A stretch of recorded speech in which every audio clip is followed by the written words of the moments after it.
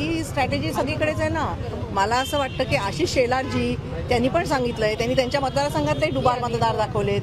मग म्हणजे असं फक्त आम्ही बोलत नाही आहोत, मग तुम्ही पण बोलताय ना, मग काढा सगळे दुबार मतदार.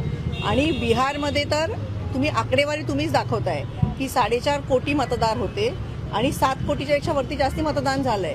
मग हे वरचे मतदान कुठून आले? आणि आपण सगळे बघतो की मुंबईतनं महाराष्ट्रातनं ट्रेन भरभरून लोक गेली, त्यांनी तिथे मतदान केलं, आता इथे महाराष्ट्रात मतदान करतील.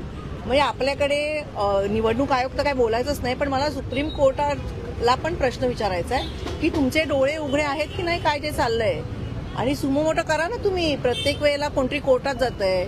आता शिवसेना आणि राष्ट्रवादीची केस किती दिवस चालली आहे?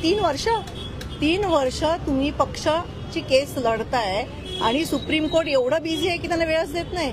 त्याच्यामुळे कोणाला बोलायचा हाच प्रश्न आहे. लोकशाही धोक्यात आहे असं वारंवार म्हटलं जातं, तर अशा पेंडिंग केसेसमुळे पण या पद्धतीच्या गोष्टी होतात असं वाटतं. पण चुकीचंच आहे ना हे. एखाद्या माणसाचा पक्ष आहे, तो तुम्ही पक्षच बळकावून घेताय आणि तुम्हाला व्हॉइसच नाही कुठे. मग तुम्ही कोणाकडे न्याय मागणार? आपण न्यायदेवतेकडे बघतो आणि न्यायदेवता जर या एवढ्या इम्पॉर्टंट केसमध्ये जर एवढी बिझी असेल की आता जर जानेवारीची डेट लागली मी तोपर्यंत इलेक्शन होऊन जातील, मग काय फरक पडतो अजून 3 वर्ष? याला काहीच अर्थ उरत नाही ना. एकीकडे आणि माझं असं म्हणणं आहे की तुम्हाला खात्री आहे ना की तुम्ही भरपूर काम केलंय, तुम्ही निवडून येणार आहात, मग या ना सरळ मैदानात आणि लढा ना. हे असं चोरी छुपे कशाला करताय? न्यायालयीन कचाट्यामध्ये असलेल्या कबूतरखानाचं पोस्टर ताडपत्री काढली तर गुन्हा दाखल नाही. 1700-1800 कोटीची लँड डील झाली, त्याच्याबद्दल 0 केस आहे. म्हणजे आपण साधं मराठी माणसाने आता ह्यांनी पण रजिस्ट्रेशन केलं असेल, त्याचे पैसे घेतात. तुम्ही एखादी आईनी मुलाला गिफ्ट डीड केली तर ती फ्री आहे सांगतात, त्याच्यावरती जीएसटी लावतात. म्हणजे गव्हर्नमेंट सगळीकडनं साध्या माणसांना ओरपतंय. आणि 1800 कोटीची लँड डील 0 रजिस्ट्रेशन फी वरती होते आणि आता म्हणतात झालंच नाही. मग रजिस्ट्रेशन कसं झालं?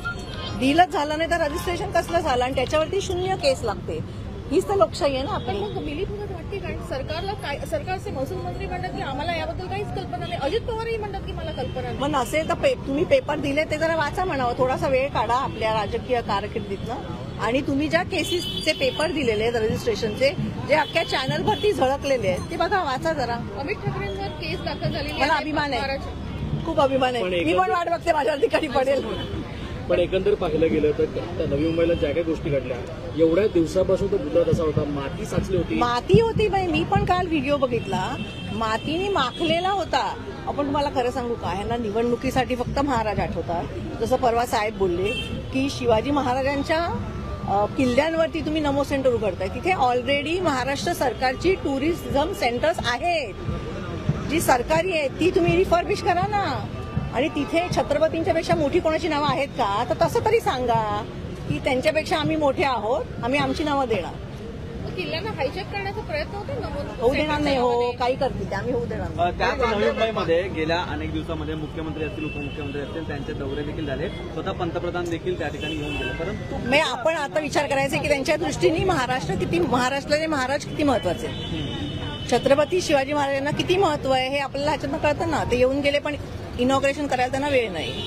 हे आपल्याला आपण समजून घेतलं पाहिजे. मुंबई महापालिकेने त्याच्यावरती बोलले की तिकडचं काम बाकी म्हणून त्याचं काल तर मी लाइटिंग बिटिंग सगळं बघितलं. मला तर कुठे काम बाकी दिसतंय आणि होतं बाकी तर 4-5 महिने कशाला झाकून ठेवलं, करून टाकायचं ना काम. किती वेळ अमित ठाकरे यांनी थेट सांगितलेलं आहे की जर महाराजांवरचे केस असेल तर 1000 केसेस मी अंगावर घालतो. आम्ही पण घ्यायला तयार आहोत. मला अभिमान वाटतो एकदम. मी बोलली ना की आमच्या पोराचा मला अभिमान वाटतो. गडकिल्ले उपेक्षित आहेत महाराजांचे. साहेबांनी त्यांच्या पहिल्या ब्लू प्रिंटमध्ये सांगितलं होतं, कोणीही बोललं नव्हतं की छत्रपतींचा पुतळा समुद्रात बांधून हजारो कोटी खर्च करण्यापेक्षा महाराजांचे जे गडकिल्ले आहेत, जिथे स्वतः महाराजांचा पदस्पर्श झालाय, ते तुम्ही रिज्युमिनेट करा. आता आपल्या इकडचे मुंबईतलेच किल्ले बघा. बांद्रा किल्ल्यावरती परवा दारू पार्टी चालू होती. माहीमच्या किल्ल्यावरती झोपडपट्टी आहे. तुम्ही सांगा बघू एखाद्या सरकारला की हा किल्ला तुम्हाला मिळेल, पटकन जातील आणि रजिस्ट्रेशन करून ते किल्ले पण ताब्यात घेतील. आता परवानगी देणं कितपत योग्य? कारण जे आयोजक होते ते बोलत होते की आम्ही परवानगी घेतलेली आहे. कोणाकडनं घेतली परमिशन? झोपडी बांधायला कोणाकडची परमिशन घेतं? आपण ज्या झोपड्या वाढलेल्या बघतो, कोणाच्या परमिशन असतात? किल्ल्यांवरती तुम्ही झोपड्या बांधता. आपण आता इथे बांधा बघू, ऑफिस लगेच येऊन तोडतील की नाही?